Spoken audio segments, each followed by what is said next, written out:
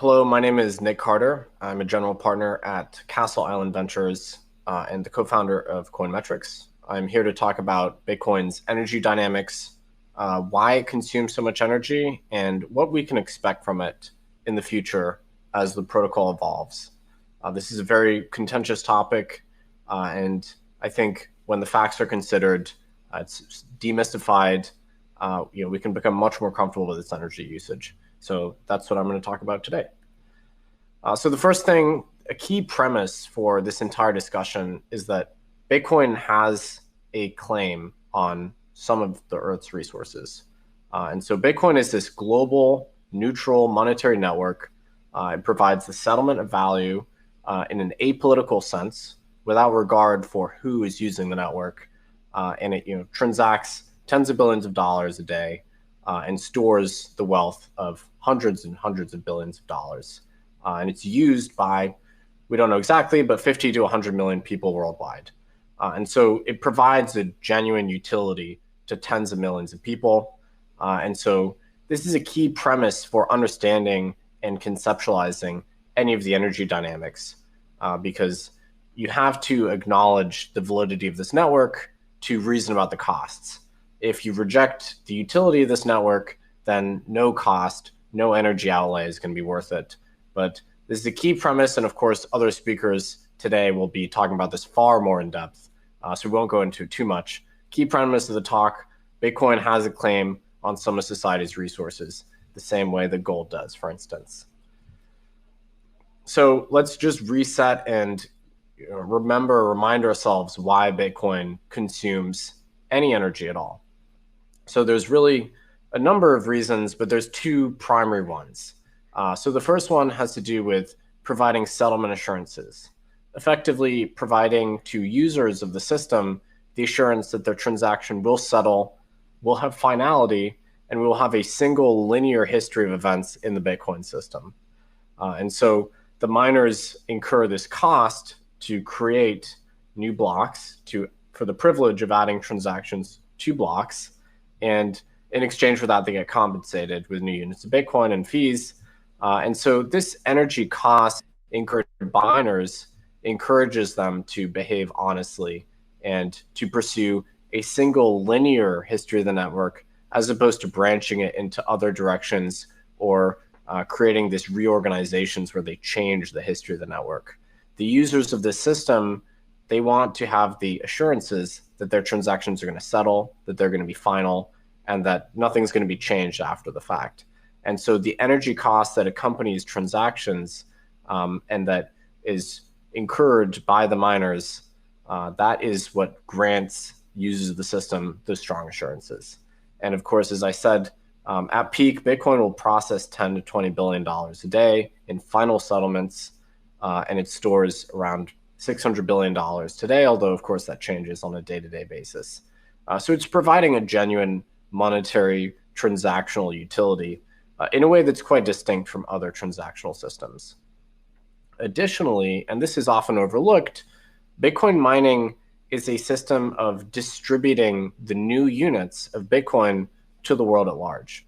And so when Satoshi devised Bitcoin in 2008 and then created it in 2009, Satoshi had this conundrum: how am I going to actually distribute the units of this commodity to the world at large? Satoshi could have emailed, their friends, new units of Bitcoin, but that wouldn't have exactly been a fair or credible way to initially distribute these units to the world. And so the method that Satoshi settled on was proof of work, where effectively you have to spend energy and computational resources in order to obtain new units of Bitcoin.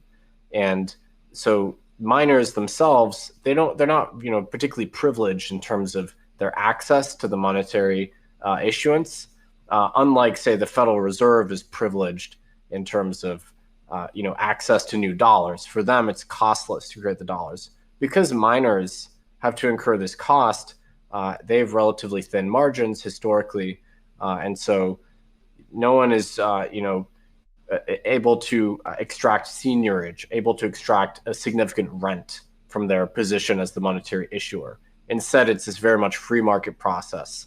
And so proof of work solves this decentralized initial issuance problem. And that's a really key thing to remember as we consider its sort of energy outlay. So as I said, Bitcoin's security and reliability derives from proof of work. And so the costliness of the ledger is what links this digital system to the physical world. The fact that there are actual physical costs associated with creating new ledger entries, that links the analog and the digital. And an analogy here you could consider would be Mesopotamian clay tablets, from 3000 BC, where these accounting relationships would be inserted onto wet clay, and X owes Y, Z amounts of barley, for instance, and that relationship is described on the clay tablet, and then it's set outside in the sun to dry. And once the tablet is dried, that relationship is forever encoded. It can't be changed. It can't be reversed. Bitcoin blocks the accumulation of computational work in progressive Bitcoin blocks, gives you a similar kind of assurance. Once a transaction has occurred in the Bitcoin ledger, once sufficient blocks have been mined, that transaction is assumed to be final. And so in the case of the clay tablets, it's the sun's energy which is providing you that kind of finality and calcifying the ledger and effectively making it robust and immutable. In the case of Bitcoin, it's computational work, which does that same thing. Now, a lot of people say, well, why can't we just strip the proof of work out of Bitcoin and insert a system like proof of stake? Well, if you were to do that in proof of stake, you would create influence proportional to the number of coins held. In the case of Bitcoin, that would make these large custodians, banks, effectively, that control lots of coins on behalf of users. It would make them the stewards of the network. It would give them effective control. And unfortunately, it's the case today that many, large fraction of all the outstanding Bitcoins are controlled by these custodians. And so if you were to eliminate the proof of work process and impose something like proof of stake, or delegate control to these third-party validators with a lot of influence, you would lose the nice assurances. You would lose the decentralization of the network effectively. So as far as we know, proof of work provides pretty unique assurances that aren't recaptured by any alternative system. So as I mentioned before, proof of work has a couple different functions. One of them is to mediate the initial issuance of new Bitcoins. And it's interestingly the fact that historically, the vast majority of Bitcoin's energy expenditure derives from this issuance. So miners are compensated in two ways. One is through the collection of new units of Bitcoin, and then the second is through fees that users attach to transactions. But historically, the issuance of new units of Bitcoin has dominated their revenue. It's been over 90% of their revenue historically, with transaction fees being much more minor. And so when you think about the energy consumption of the Bitcoin system, this is really critical because you have to decompose transactional intensity from miner revenue and hence energy spend. It's not the case that adding more transactions will dramatically increase the energy expenditure of the Bitcoin network, as a lot of people mistakenly believe. Most of the energy consumption is really a function of the price of Bitcoin and, of course, the value of that new issuance that miners are collecting. That's really what's going to drive the energy consumption over the next few years, not the number of transactions. Bitcoin can scale up the number of transactions or the value of transactions without really having a linear proportional effect on the amount of energy that miners are consuming. So it's really, in the near and medium term, much more a function of the price of Bitcoin and the value of the new reward that miners are incurring. And this is kind of analogous to gold again. You shouldn't think of Bitcoin's energy dynamics as analogous to something like Visa. You should think of it as similar to gold, where the vast majority of the energy expended by gold production, manufacturing, extraction, has to do with mining the gold, pulling it out of the ground and refining it. It has much less to do with moving the gold on trucks or boats or anything like that. It's kind of similar with Bitcoin. Most of the energy outlay in Bitcoin's case is a function of the initial creation of Bitcoins. And so that's a key thing to remember, because gold is this useful commodity that people use to store their wealth outside the confines of the state. The extraction of gold is kind of tolerated, even if it's not particularly ecological. And same thing with Bitcoin.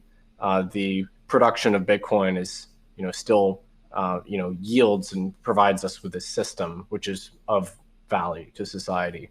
And so it's still, something that we should accommodate effectively. Now, let's just sort of set the table and actually look at some of the numbers here. So as of today, and there is some uncertainty with all these numbers, a lot of them are estimates. We can't have perfect direct knowledge of all these things because miners are kind of hard to get data from. It's this global set of entities that we can't necessarily triangulate all of who they are. But based on the kind of state-of-the-art knowledge we have today, Bitcoin miners consume about 1/4% of all the world's electricity and about 1/10% of all the world's energy production, because the world produces a lot more energy than it does mere electricity. And so that's kind of where we are. And whether you think that's really high or really low has to do with your view of sort of the merits of Bitcoin, whether it's a worthwhile thing or not. Now, in terms of the actual composition of the energy inputs, that gets much more tricky to assess, because we have to determine whether miners are actually using renewable or non-renewable sources. It's kind of hard to know, right? It's difficult to just ask the miners. So the various estimates we have historically, Cambridge in 2020 ascertained that miners were around 39% renewable. More recent studies, the Bitcoin Mining Council, which is this group of North American and other miners, came out with some disclosures earlier this year, and they found that within that sample, the sustainability of miner operations was around 67%. If you combine that with a conservative assumption for the default energy mix for the world for the out-of-sample data, you get a figure of around 46% sustainable. Now, sustainable means renewable plus nuclear in this instance. And so that's probably better than the global average grid. Now, it's, again, a lot of that is guesswork, and we won't really know what the true sustainability of Bitcoin mining is until we get a better idea of where miners are.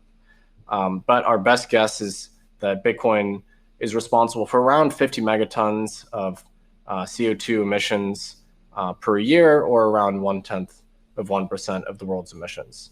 Now, what does this actually mean? I mean, what does this compare to? So you can compare it to individual small countries, as is very commonly done, or you can understand that the world is this sort of highly globalized place, and that for the most part, we outsource our industrial capacity to one or two major countries, which account for the vast majority of sort of energy production and consumption. So Bitcoin's current energy usage is around 0.7% of China's energy production and between 1 to 2% of America's. And so it just really depends, how you want to compare it to the global consumers of energy. Bitcoin's energy footprint is 12 times smaller than always-on devices in U.S. households. It's 15 times less than electricity lost in transit globally every year. And now I think industry level comparisons are much more elucidating than country levels, because Bitcoin is not a country, it's an industry, right? It's an industry that provides monetary assurances, transactions, and savings. And so, this industry analysis is not that commonly done, because typically, as far as policy is concerned, we're much more concerned with, well, what's the nature of the grid? How sustainable is the grid?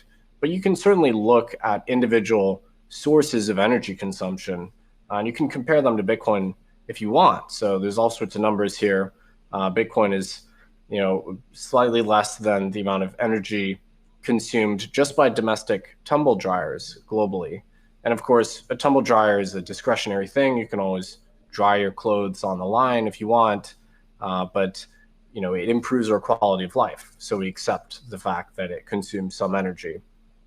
Um, Bitcoin compares favorably with the energy used by copper mining, zinc mining, gold mining. Those all, as far as we can tell, have a greater energy impact.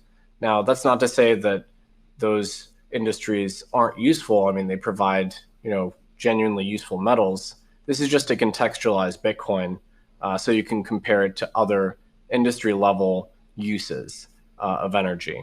And a lot of these industries, whether it's refrigeration, air conditioning, heating, tumble dryers, washing machines, they massively improve our quality of life. So we don't often think that critically about the energy requirements of those industries because they brought us into modernity. I mean, they represent the trappings of civilization. Air conditioning meant that we could live in hotter places and just live more comfortably.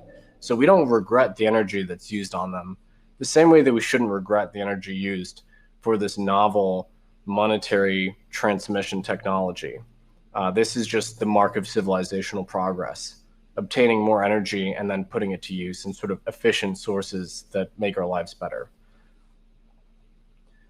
So just to summarize that section, I mean, the perceived merit of an application's energy consumption is really ultimately a function of your own subjective view of that application's utility, right? And so if you don't believe a certain application has utility, you're going to believe that the energy associated with it is a waste.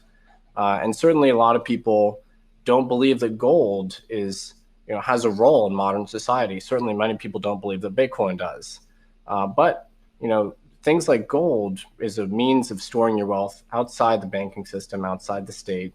Equivalently, so is Bitcoin, in a way that's has completely differentiated qualities from these other monetary systems. So to the extent Bitcoin has utility, to the extent we acknowledge it has utility, its energy consumption becomes much more tractable and something that we can get more comfortable with. Satoshi, mentioned this before, saying, gold mining is a waste, but gold itself facilitates these new transactions that wouldn't be possible without it. So it's not a net waste. And similarly with Bitcoin, the issuance of Bitcoin and the energy associated with that allows us to have Bitcoin, which provides these interesting monetary assurances to tens of millions of people worldwide. And if you look on sort of a per capita basis, and other talks, I'm sure we'll cover this today, we're talking about disproportionate penetration in places with weak property rights, poor governance, high inflation, strong capital controls, places where people are very unfree from a monetary perspective. And so, not everyone watching this talk will be in a situation like that. Bitcoin may not be that relevant to them. But rest assured, the highest Bitcoin penetration is in places like Argentina, Venezuela, Turkey, Nigeria, Kenya.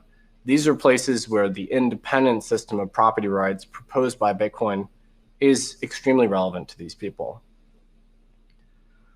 So the good news is that Bitcoin mining, unlike gold mining, which requires sifting earth and refining gold and smelting it down, Bitcoin mining is pretty much a synthetic process. All you're really doing is using computational work to search a mathematical space. And because it's synthetic, that means that mining itself can be as green as the energy inputs that the miners are relying on. And so that's pretty good news. It means that as the grid gets more sustainable over time, which we certainly expect it to, mining itself will become greener. And if you expect this transition will occur and renewables will continue to dominate and the grids, generally speaking, will decarbonize, Bitcoin can completely benefit from this. And so in 20 years' time, when grids are green, it could well be the case that Bitcoin has fully sustainable production. The other good piece of news is that Bitcoin is this highly modularizable industry where Bitcoin miners don't necessarily have to be in one place or another, so they can shuttle back and forth and disproportionately procure these sustainable energy sources. So it's you could say it's location independent. Unlike a lot of other industries, Bitcoin consumes energy regardless of where that energy is produced. And of course, this is different from, say, household energy production, where energy has to be produced relatively nearby to load centers because it has losses in transmission. Another historical analogy here would be aluminum smelting. So aluminum can be smelted sort of in a location independent basis. And this is why you had lots of aluminum smelting in places like Iceland with abundant hydro energy. Of course, that required lots of installed infrastructure. So aluminum couldn't perfectly facilitate this energy arbitrage, but Bitcoin can. Bitcoin can be mined with as little as a shipping container full of ASICs. And so it can disproportionately penetrate those places with cheap and abundant electricity. And in many cases, that's renewable. So historically, this is why Bitcoin miners were disproportionately located in China, because China had the most abundant stranded hydro resources on the planet. China was curtailing 50 to 70 terawatt hours of hydro energy, so simply not being delivered to the grid. In 2016, 2017, that's why Bitcoin miners went to those southern provinces in China. So the world doesn't necessarily produce precisely the right amount of energy needed that the grid demands. Oftentimes there's imbalances, and Bitcoin can exploit those imbalances effectively. Wind and solar are a classic example of technologies that don't necessarily generate energy in a way that's suitable for the grid to consume them. You don't necessarily have large suitable solar plants in places that are right adjacent to cities, for instance. And so you see lots and lots of wind and solar curtailment, basically energy that doesn't reach the grid. Now, they don't generate energy in a profile that is suitable for Bitcoin mining today because they're intermittent sources. But as battery technology improves, and I think we can all agree that it is generally improving, they will become smoother in terms of their generation profile and thus more suitable for Bitcoin miners. So that'll be more of a medium-term trend. Lastly, globally speaking, the extraction of hydrocarbons is always associated with the production of waste to natural gas. And that gas effectively gets flared or vented off because it's not economical to make it to the market. Now, Bitcoin miners have begun to take advantage of this flared gas and effectively capture it and turn it into energy to mine Bitcoin with. And now that gas was being flared anyway, so from a carbon perspective, it's completely net neutral. So Bitcoin can take advantage of all of these sources of curtailed, stranded, or non-rival, which is to say energy sources which would not compete with load centers with commercial or household demand for energy. And so this location independence is an incredibly powerful trait for Bitcoin. The other interesting thing is that Bitcoin miners are synergistic with grids that are more renewable in their nature. And this is obviously happening as policymakers prioritize the sustainability of grids. There's just more and more wind and solar that we're seeing part of energy grids. And now an interesting thing about Bitcoin miners is that they represent interruptible load, which means that they can scale down their demand very rapidly and on short notice. So they're perfectly eligible to participate and really suitable for these things called demand response programs, which means that when a grid is very much overtaxed and demand starts to approach or exceed the supply, miners can be part of this industrial cohort that spins down their operations and turns off on short notice. Now, most sources on the supply side of energy cannot spin up or down on short notice. Certainly, thermal energy can't spin up or down. So one way to deal with imbalances in supply and demand is to make the demand side more flexible. And so Bitcoin miners are perfect for that, effectively turning down the demand at times of peak load. And if you look at the Texas demand response program, they asked you to turn off your consumption with 10 minutes or 30 minutes notice. Miners can do this. other sources of demand have a much harder time doing this. So this actually is a counter-cyclical feature. The miners buy the energy when supply is abundant, and they stop buying the energy when households really need it, when things get extremely constrained on the grid. And so that has this net effect of actually balancing out the grid. And I'm sure we'll see much more of that as more hash rate comes online to the US. The other thing is that Bitcoin miners are a buyer of first resort for new energy projects that aren't yet grid connected.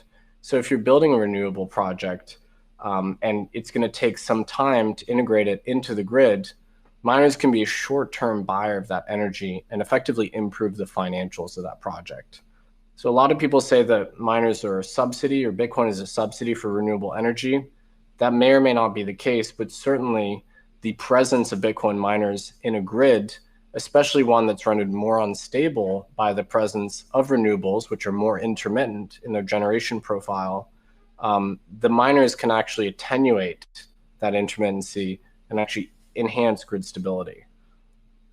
So the good news, again, is there's been a significant focus on the sustainability of Bitcoin mining, rightfully so, but the Bitcoin mining community has absolutely reacted, and we're seeing rapid progress being made towards sustainability. There's a lot happening here. I'll summarize some of the new elements. So first of all, an enormous amount of Bitcoin's hash rate previously was domiciled in China, but that hash rate was very much exposed to these carbon-intense sources of energy generation, especially in Inner Mongolia and Xinjiang provinces.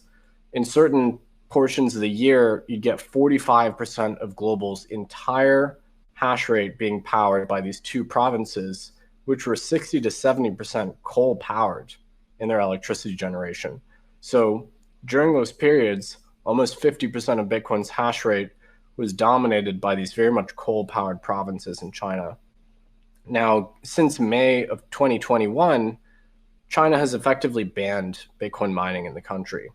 And so around 50 to almost 60% of Bitcoin's hash rate has been eliminated from China. It's looking for new homes overseas. We're still in that period where those miners are looking for new hosting. But what that means is that effective reliance on coal-based generation in China has now been eliminated.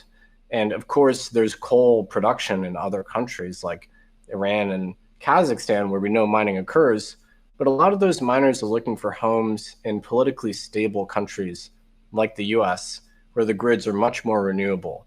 And so the net effect of this migration from Inner Mongolia, Xinjiang, to places like Texas or the PJM grid in New York, New Jersey, or Canada, British Columbia, or Northern Europe, places where miners are already active, that's going to have the net effect of reducing the carbon intensity of that mining activity. And this was an enormous shakeup in the Bitcoin mining space. So we're seeing this migration happening. We're going to need some more time to see where the miners settle, but most likely this is going to reduce the carbon intensity of the Bitcoin network. Next up, as miners become more Western-based as they undergo this migration, they're also becoming more transparent. And this is a reaction to some of the media attention that we've seen on the industry. And I think it's a warranted reaction. So the Bitcoin Mining Council is just one of a number of initiatives to increase transparency around what miners are doing and where their energy is deriving from. So their first disclosure in Q2 of this year assembled 32% of all of the active hash rate, and they found within that sample a 67% sustainability. And they're making quarterly disclosures on an ongoing basis. So I'm sure that we'll see more of this. I'm very optimistic about the quality of these disclosures. And ultimately, this is just going to provide investors and onlookers and academics and policymakers more information regarding what the miners are actually doing. Of course, we can't solve this problem overnight, but simply providing people the informational tools to understand where these miners are and what their actual energy mix is and what their associated carbon intensity is, that's going to dramatically help here. And some of these miners are actually engaging in the buying of carbon offsets as well. And that's not a perfect solution, but some of them have committed to becoming completely net neutral by pursuing as sustainable sources of energy as they can and buying offsets for the remainder. Now, this is another consequence of miners being public and being exposed to Western capital markets. Increasingly, and we know this is a priority of financial regulators in this country, ESG concerns are a big portion of what these public market agendas involve. So as capital becomes more accountable to Western capital markets, it has a strong incentive to be more sustainable in nature, because increasingly we're seeing the cost of capital rise for firms that fall far outside the norm in terms of sustainability. And so miners now have an additional financial incentive to pursue more sustainable operations. And as miners move from China to the US, that incentive is going to grow. So we know that they're more sensitive these days. And Western miners, we've just seen more disclosure from them and more proactivity from them. So to summarize, this migration of hash rate from east to west is leading to a more accountable, more known, more identifiable, and more sustainable body of miners. And so, of course, it's still early days, and we don't have a complete informational picture regarding the sustainability of the Bitcoin network. But the trends look extremely positive. And at the end of the day, this is an industry that provides a significant value and utility to tens of millions of people worldwide. And so I think the prospects for Bitcoin mining are bright. And I thank you for attending my talk and listening to my presentation.